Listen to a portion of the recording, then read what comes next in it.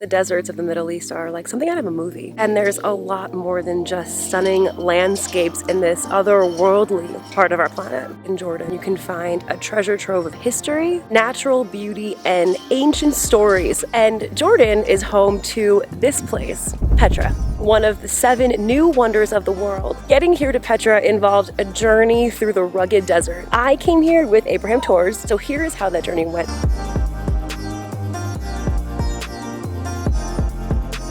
After plenty of driving across the Jordanian deserts, we are at our first stop on this tour, Wadi Rum. Wadi Rum is a UNESCO protected area, and archaeologists have found evidence of people living here from 12,000 years ago. Wadi Rum is a vast landscape, and the best way to get around it is definitely by Jeep. You need wheels for this one.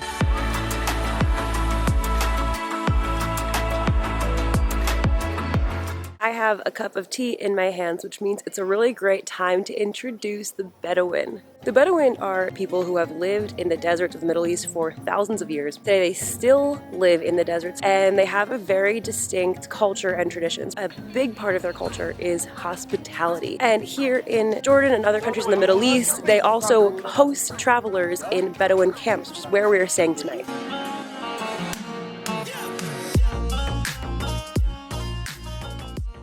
And our last stop here in Wadi Rum is to watch the sunset over the desert. The sun's setting right over there.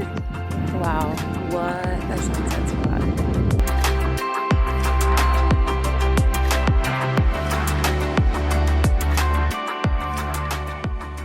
After a very full day, I'm now back at our Bedouin camp that we're staying at. This is the 7 Wonders camp. It's right next to Petra, so it's perfect for tomorrow morning. Here at the camp, we also had a really lovely dinner. This camp is simply stunning. There are these beautiful lights all up the side of the hill. So I'm probably gonna have one more cup of Bedouin tea before bed. So I will see you guys in the morning. Good morning. It is daylight here at camp. I'm gonna go and head to some breakfast. And then we are going to the main event of this whole trip, Petra.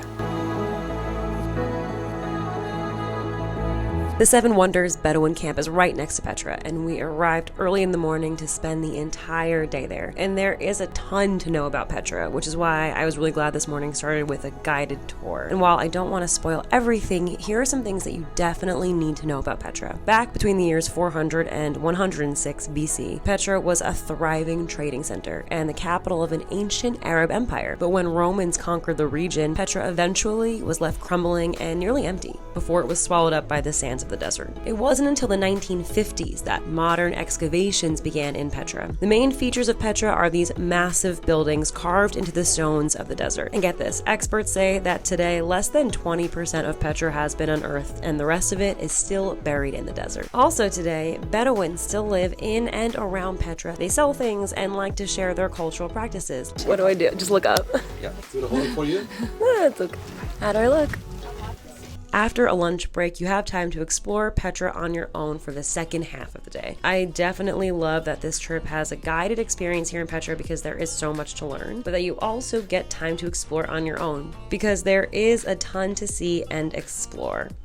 This is one of the most incredible places in Petra. This is the Treasury. Getting here to the Treasury involves a bit of a hike, and it is almost all uphill, up a bunch of stairs, but wow, it is well worth it.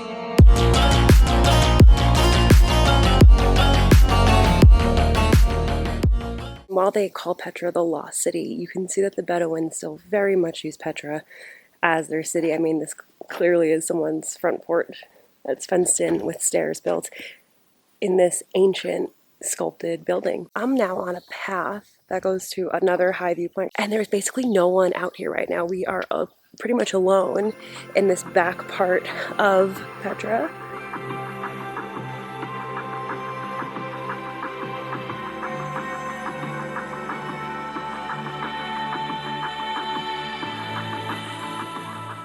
After lots of stairs, we made it here.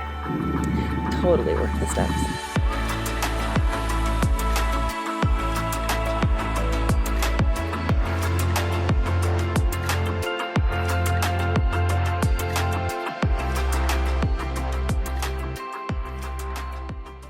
Here we are on the third day of the tour, and we are now in the city of Madaba. And one of the most famous sites here in Madaba is a mosaic tile map from the 6th century, and it is one of the oldest known maps in the world. And soon we'll be heading back to the border, but we have one last stop to make before we do that.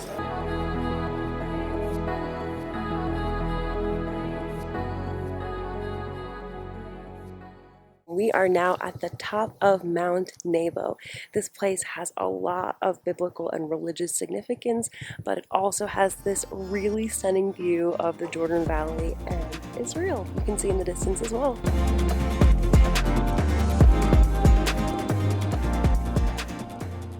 Time in Jordan was truly special. Jordan definitely needs to be on your bucket list.